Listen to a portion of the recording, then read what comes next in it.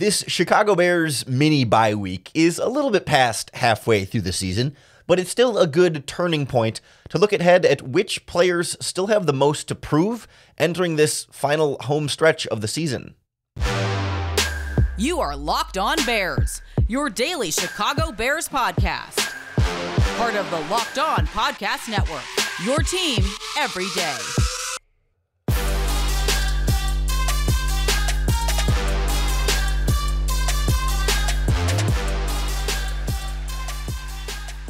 This is Locked On Bears, and I'm your host, Lauren Cox. I'm here to bring you your daily, in-depth Chicago Bears news and analysis. You can follow me on Twitter at CoxSports1.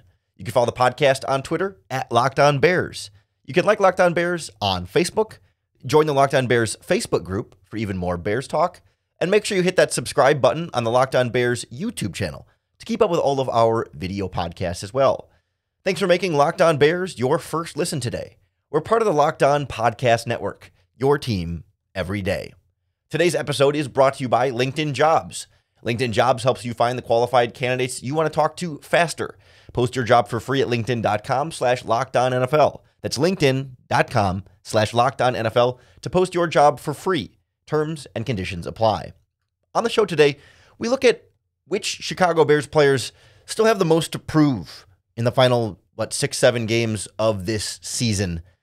And perhaps it's just what they have, who has the most at stake. Some guys have to prove themselves altogether. Some guys have to reprove themselves, or some guys just have to prove that they can continue to play at a very high level. But I think there's still a lot to play for, even as this Bears team sits at 3-7, and not necessarily in any kind of realistic miracle playoff push scenario, but still an end of a season worth watching here with 7 games and 8 weeks left on the NFL calendar. Of course, we have to start with the quarterback situation, which is kind of the big obvious one, but then a few guys on both sides of the ball that are upcoming free agents or guys that the Bears could look to replace this offseason or upgrade from this offseason, even if they aren't going to have expiring contracts. The big one, though, is Justin Fields, and let's start there because he has a lot to prove over these final 8 games. And the question to me, or the final 7 games, 8 weeks, and the question to me is whether or not it's even possible for him to prove anything in that short of a span. You know, can Justin Fields come out and play the best 7 games of his life? If he plays the best 7 games of his career over this next stretch, is that enough to say, yep, he's the guy?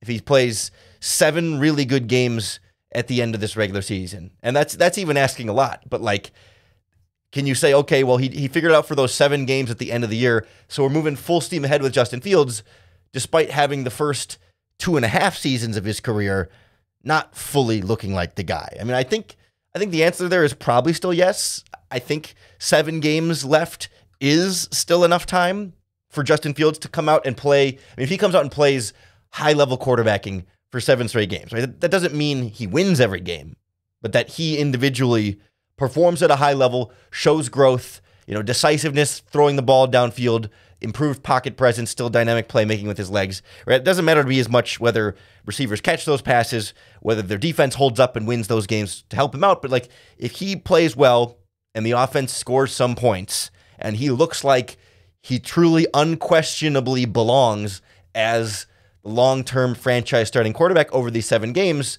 then he can play himself into that role for 2024 and beyond. But we've talked about it over the course of this regular season, especially when he first went down with the thumb injury. The Bears have 2 top 5 picks as it stands today, and will certainly end up being at least 2 top 10 picks, if not the possibility of the number 1 overall pick. And it will mark back-to-back drafts in which the Chicago Bears will have, if not the number 1 overall pick, top 5 picks in the draft and have the ability to take a quarterback in that spot. That's where you find the great quarterbacks most of the time are in the top 5 of the draft. And the Bears cannot afford to pass on the opportunity to take a top quarterback in the draft in back-to-back drafts unless you know without a doubt, no question, Justin Fields is the guy, has the goods is capable of being your long-term franchise quarterback. And so he needs to then, over these final 7 games, eliminate that doubt, eliminate those doubts in general. And that's a really, really tall task. And like I said, 7 games feels like it's hard to even do in only 7 games. You'd like a longer sample size to eliminate the doubt, right? I think most of us still feel like Justin Fields has legitimate talent and would be worth developing. However, situationally, the Bears are not in a spot to pass on another quarterback for the second straight years on the hope that Justin Fields will continue to develop and will become a better quarterback down the line. Eventually, you just have to say, we've given this a lot of time, and maybe more time would be helpful, but we're not in a position as a franchise to keep giving this more time without more of a sure thing, without more of an outcome that we can really confidently rely on. And so, unfortunately, that puts them in the position to draft a quarterback if they have early picks, which they're slated to in this upcoming draft. And so then Justin Fields then would have to prove a lot in these 7 games. And maybe maybe it's more like these 7 games, he's also proving then to other teams that he still belongs, maybe not as the Chicago Bears starter long-term, but a starter for another franchise. Whether that be via a trade early in the offseason ahead of the draft, or whether that be you keep Justin Fields into next season after you draft a rookie and have Fields still be the bridge to the rookie, but sort of a lame duck quarterback there. And then by next trade deadline, you move on from Fields when you're ready to start whatever your rookie quarterback is. Like, Fields is still playing for something, even if it's kind of a long shot to still be the long-term Chicago Bears starting quarterback. He could be someone's starting quarterback, right? What he needs to prove over these last 7 games is whether he's definitively an NFL starter or a guy who ends up going, right now the Mitch Trubisky route, where he goes and is a coveted backup for a team that you feel like can someday get back into the starting lineup, but needs to spend some time as a backup, and when he gets into the game can do some things.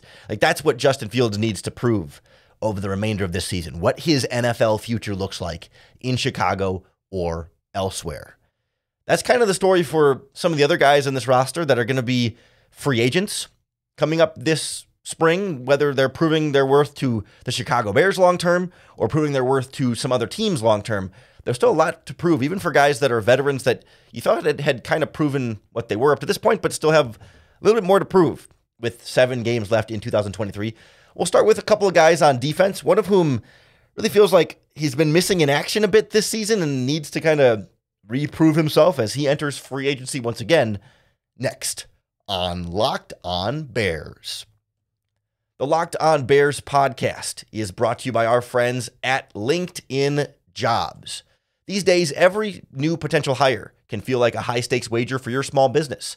You want to be 100% certain that you have access to the best qualified candidates available, and that's why you have to check out LinkedIn Jobs. LinkedIn Jobs helps find the right people for your team faster and for free. LinkedIn is going to give you access to a bunch of great candidates. I'm on LinkedIn. I bet you're on LinkedIn. And if you're not on LinkedIn, a lot of your friends and coworkers are on LinkedIn. A lot of people use LinkedIn. And then they've got simple tools like screening questions that make it easy to focus on candidates with just the right skills and experience, so you can quickly prioritize who you'd like to interview and hire. It's why small businesses rate LinkedIn Jobs #1 in delivering quality hires versus their leading competitors. LinkedIn Jobs helps you find the qualified candidates you want to talk to faster. Post your job for free at linkedin.com/LockedOnNFL. That's linkedin.com/LockedOnNFL to post your job for free. Terms and conditions apply. Locked On Bears is also brought to you by FanDuel Sportsbook, America's #1 sportsbook. And if you've never used FanDuel before, now is a great time to get in on the action. Have some fun here before the regular season starts to wind down. Right now, if you place a winning $5 bet on any money line straight up, you think predicting who's going to win the game, if your $5 bet is correct, FanDuel is going to give you a bonus $150 added to your account to play with at FanDuel. Any winning $5 moneyline bet gets you $150 in bonus bets. So right now, for example, Bears at Lions this weekend. The spread keeps moving. It's around 9.5. Bears are the underdogs there. But the money line is Bears plus 340. So if you bet $5 on the Bears straight up at plus 340 on the money line, you're going to get like $23-ish, $22, $23 back in winnings if they win, plus an extra $150 on top of that just for placing that $5 bet at FanDuel.com/lockedon. You got to check it out for yourself. It's a lot of fun. It makes these games that much more exciting, and their app is super easy to use. It's safe, secure, one quick download on your phone. Visit FanDuel.com/lockedon and get your NFL season rolling the right way. FanDuel, official partner of the NFL. So Justin Fields is the obvious, he's got a lot to prove. We all know the quarterback spot always has a lot to prove, but especially with Justin Fields in his situation. But some other big name players on this Bears team with a lot to prove, and someone that I didn't think would have a lot to prove over these final 7 games, but has been surprisingly quiet and not on par with the player we've come to expect over the course of his career. But like, Yannick Ngakoue signed with the Bears on a 1-year deal. The idea was to play well here and try and cash in again next offseason. That's kind of been his MO. He's been taking these kind of 1-year mercenary deals. But as he's bounced around to, let's see, 1, 2, 3, 4, 5, 6 teams in the last 5 years, no matter where he's played, he's been productive. Each of the last 5 seasons leading up to this, well, every year in his career, he has never had fewer than 8 sacks in a season. But this year he has 3 in 10 games. And I'm no mathematician, but that puts him on pace for less than 8 this year. He is on pace for a career low in sacks. He finally got one again on Thursday against the Carolina Panthers. It's a good sign, but it was also against a pretty bad Carolina Panthers offensive line, and he's going to face a much better Detroit Lions offensive line this week. Like, it's to the point where before the Panthers game, I put together the graphic. I was ready to put Yannick Ngakoue on the side of the milk carton because he had been missing in action for quite some time. But prior to the Panthers game, his last sack was week 5 against the Washington Commanders on Thursday Night Football. He had gone 4 straight weeks without a sack and really not making a ton of like impact pass rushing plays. And that's solely what he was signed for on a 1-year deal, minimizing a lot of the risk for the Bears. But like, if he's going to enter free agency again, coming off of a career worst season in terms of overall production. He said he also has a career high in missed tackles so far this season. He just really isn't playing all that well and isn't playing up to the standard that we expected from Yannick Ngakoue. And some of that's sure the Chicago Bears effect or playing on this bad Bears defense. But like last year with the Colts, he had 9.5 sacks. 2 years ago with the Raiders, he had 10 sacks. And those were not elite defenses that he was playing for on those teams, but found a way to be productive nonetheless, at least purely as a pass rusher. But now in Chicago, like he certainly still has time, right? But over the last 7 games of the season, if he can get 5 sacks in 7 games, he'll be right back up to his 8 sack minimum career, production, and then he's well on his way. But there's still a lot for him to still be able to prove over the final stretch of this Bears season. I'd also like to see more from Justin Jones, another guy who got a sack against the Panthers and is finding a groove now, so maybe a sign of more to come, but still needs to prove a little bit more to me. It's just his 2nd sack of the season. He's been a guy that the Bears have consistently raved about for 2 seasons, so, been very supportive of him, but they gave the nose tackle Andrew Billing the contract extension. They did not give Justin Jones the contract extension, and Justin Jones is set to be a free agent this year after signing with a 2-year deal with the Bears last season. Like, I think there's still, as he enters free agency, prove that you could be a more consistent pass rusher with Montez Sweat and Yannick Ngakoue taking a lot more attention now on the outside than he's dealt with at any point in his Bears career. Should have a lot more easier matchups, one-on-one matchups more on the inside as they shift more of their help to the edges. And he needs to step up and be more productive as a defensive lineman as he's in his prime entering free agency, but never had more than 3 sacks in a season. Still just has 2 at this point this season. And then I think Jalen Johnson maybe doesn't have a lot to prove in terms of like the quality of play. I think we've all kind of seen Jalen Johnson now has been an elite level cornerback for a lot of this season, but he does need to prove that he can stay healthy and finish out the rest of this season on the field. Over the course of his career, his rookie year, he played 13 games, missed 3 then with that, or I guess 4 then with injuries. And some of that was COVID, I think. Second year, missed 2 games. And then third year, last season, missed 6 games between a couple of different injuries. And he's already missed a couple of games this season. I think he missed 2 games so far this year. So it's already too late for him to have a fully healthy season.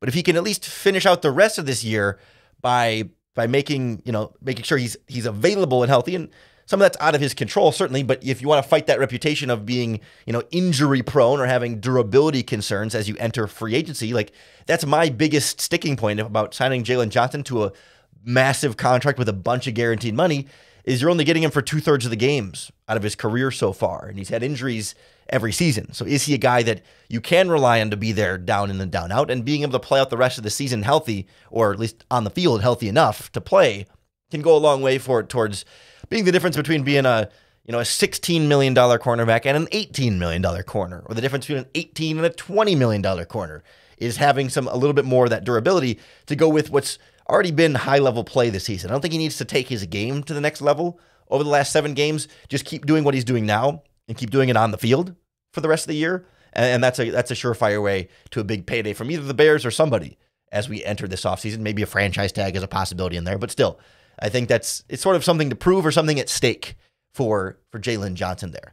A few different guys on offense that jump out at me as well. A couple of guys that are pending free agents, and one guy who's not. But a couple of younger players that maybe still have something to prove, but maybe are still fighting for their long-term job as just whether they'll be a starter for this team next year or the possibility of being a backup who they just try and upgrade from because they just need to do a little bit better at a couple of different spots. We'll go through some key guys on the offense and what they still have to prove next on Locked On Bears. The Locked On Bears podcast is brought to you by our friends at PrizePicks, the better way to do daily fantasy sports, because PrizePicks puts you in complete control. Unlike other daily fantasy platforms where you're setting a lineup and you're going up against everybody else's lineup to try and prove, whether your 1 in 1,000 lineup can get first place and get the winnings. With PrizePicks, it's your football knowledge going to the test. PrizePicks sets a projection for every player, their rushing yards, their passing yards, their receiving yards, and you decide whether they will perform better or worse than their PrizePicks projections. You pick 2 to 6 players, and you can win up to 25 times your money just by making your prize picks correctly. I played last week for the Thursday night game, picking Dante Foreman above on his rushing yards and below on the running back Chuba Hubbard for the Panthers, and I was also picking above for Tyson Bagent rushing and passing yards. That one didn't hit for me, but it still made the game that much more fun, and you got to try it out for yourself at prizepicks.com/LockedOnNFL. If you use our promo code LockedOnNFL, you're going to get a first deposit match up to $100. It's an extra $100 to play with at prizepicks.com/LockedOnNFL. Promo code LockedOnNFL. PrizePicks, daily fantasy sports made easy. We know there's some big name free agents coming up on defense. Jalen Johnson, Yannick Ngakoue, kind of the big ones there, but Justin Jones, also an important part of that process. Not as many big name free agents coming up on offense, although there's one that we talked about extensively on yesterday's podcast, Darnell Mooney.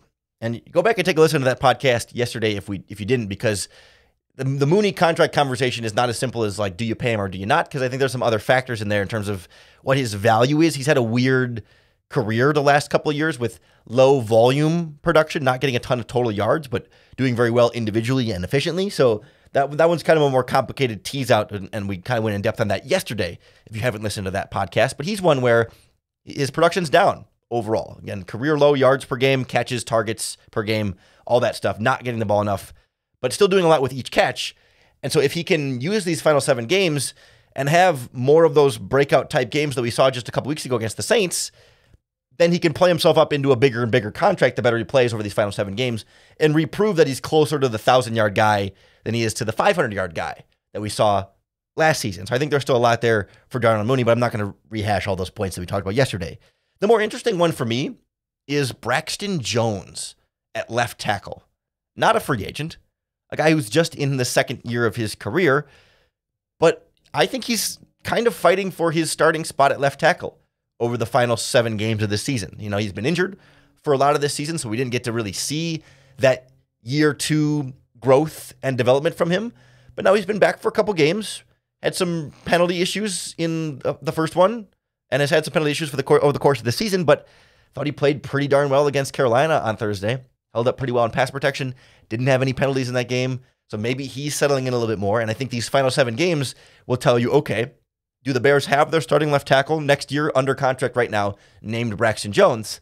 Or do you feel like Jones is still developing, still figuring it out, still not as good as you want at left tackle, and maybe you try and upgrade that spot and make him a valuable swing tackle? Like, to me, Braxton Jones has proven he's a guy who is, at worst, he's borderline starter quality.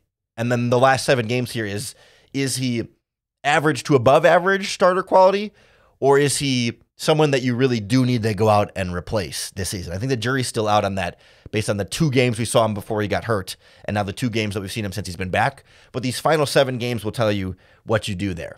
Maybe the draft will tell you also. There's a couple really good left tackles at the top of this draft. If the Bears are picking twice in the top 10, it might just be best player available is a left tackle. And even though you like Braxton Jones, you can't pass up franchise cornerstone left tackle when they're the best player available, and he could be screwed anyway. But I still think it will inform the Bears' decisions this offseason on this offensive line. It's like, okay, we know that Darnell Wright is set at right tackle. We know that Tevin Jenkins is going to be one of your guards, and Nate Davis is under contract for 2 more years as likely your other guard. So you got those 2 guys. I guess you could move Tevin Jenkins to tackle and have Wright and Jenkins be your tackles and have Nate Davis and have a guard open. But then, but you know, as you're trying to evaluate your offensive line, like, okay, do we need to just replace the center, or do we need to replace a tackle and a center, or do we need to replace a guard and a center?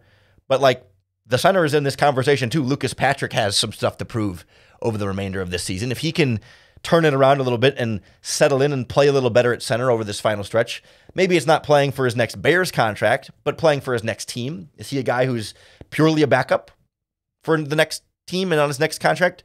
Or is he a guy that someone might be willing to sign as a starter? If he plays really well over these final 7 games, I think he can still be a starting center in the NFL, but he's got to prove it again. He's got to keep the snap accuracy good. Got to get back to playing closer to the guy that we saw in Green Bay, who was decent, but not great. Here he's been below average and not quite decent, but he needs to get back to that decent level, and 7 games is enough to turn some of that around for him. And how about another former Packer who came to Chicago and just has not produced anywhere close, really, to what we saw him do in Green Bay, but like, I still think he's a quality player, or should be a quality player, has it in him. But the tight end, Robert Tonyan, like, sure, number 2 tight end is not a big name in terms of in the grand scheme of the roster, but this was a guy who in Green Bay was a 500-yard receiver and a 400, or like, okay, so 586 and 470 in separate seasons. So basically like a 500 to 600-yard receiver over the course of multiple seasons when he was healthy in Green Bay. And with the Bears this year, he has 7 catches in 10 games for 58 yards. That's really not doing it a ton for you there at this point in this process. It's just not getting you a ton of Robert Tonyan. I thought he could be a real key to unlocking more of this offense with a better number 2 tight end. And he used to play like a solid number 2 tight end in Green Bay. And so over these final 7 games, he's playing for that next contract from somebody. And right now his production is that of a number 3 tight end, which is not going to get you paid more than like a minimum contract. But if Tonyan can start to have a higher impact over this final stretch and get more involved in this offense and not be a useless blocker the way he has been a lot of the season, that can go a long way for him entering free agency and trying to make some more money for himself and extend his NFL career. Like, sure, somebody's going to sign him to some kind of minimum deal at worst. He's not going to, and his career's not going to totally flame out from here. I mean, the guy is 29 years old. He should still be able to be a productive member of an offense, and an offense in Chicago right now that is the same scheme that he played for and was successful in Green Bay. Like, some of it's just the Bears offense not being as effective overall, but man, I really thought Robert Tonyan could do more for this Bears team, and I should have put him on the milk carton as well, because he's definitely the offensive version of missing on the milk carton. Would love to have him be a bigger part of this offense, but it just hasn't happened through 10 games. And I'm not holding out hope that it's all of a sudden going to magically unlock, but I do think then there's a lot at stake and a lot for him to prove over this final 7 games of the season to say, yes, I can have a significant role in your offense versus, no, I'm an afterthought in your offense. And the way he'll get paid this summer or this spring will directly reflect how teams put him in one of those 2 categories. So to me, there's a lot at stake in these 7 games. It makes these 7 games worth watching, even as the team is 3-7, last place in the NFC North. And, like you said, playoffs not in the conversation at this point, but there's still going to be stakes here and reasons to tune in each and every Sunday. And I hope that gives you reasons to tune into the Locked On Bears podcast as well. Hit that subscribe button on YouTube or wherever you listen to podcasts. That's going to be the best way to keep up with all of our daily, in-depth Chicago Bears news and analysis.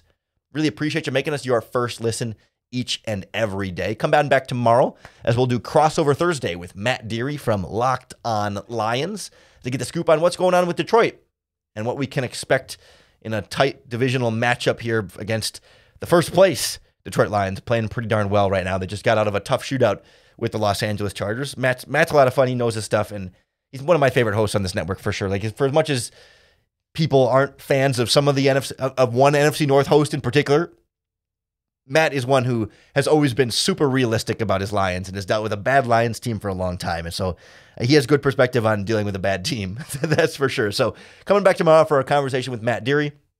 We're here for you 5 days a week to always make sure that you've got another opportunity to bear down.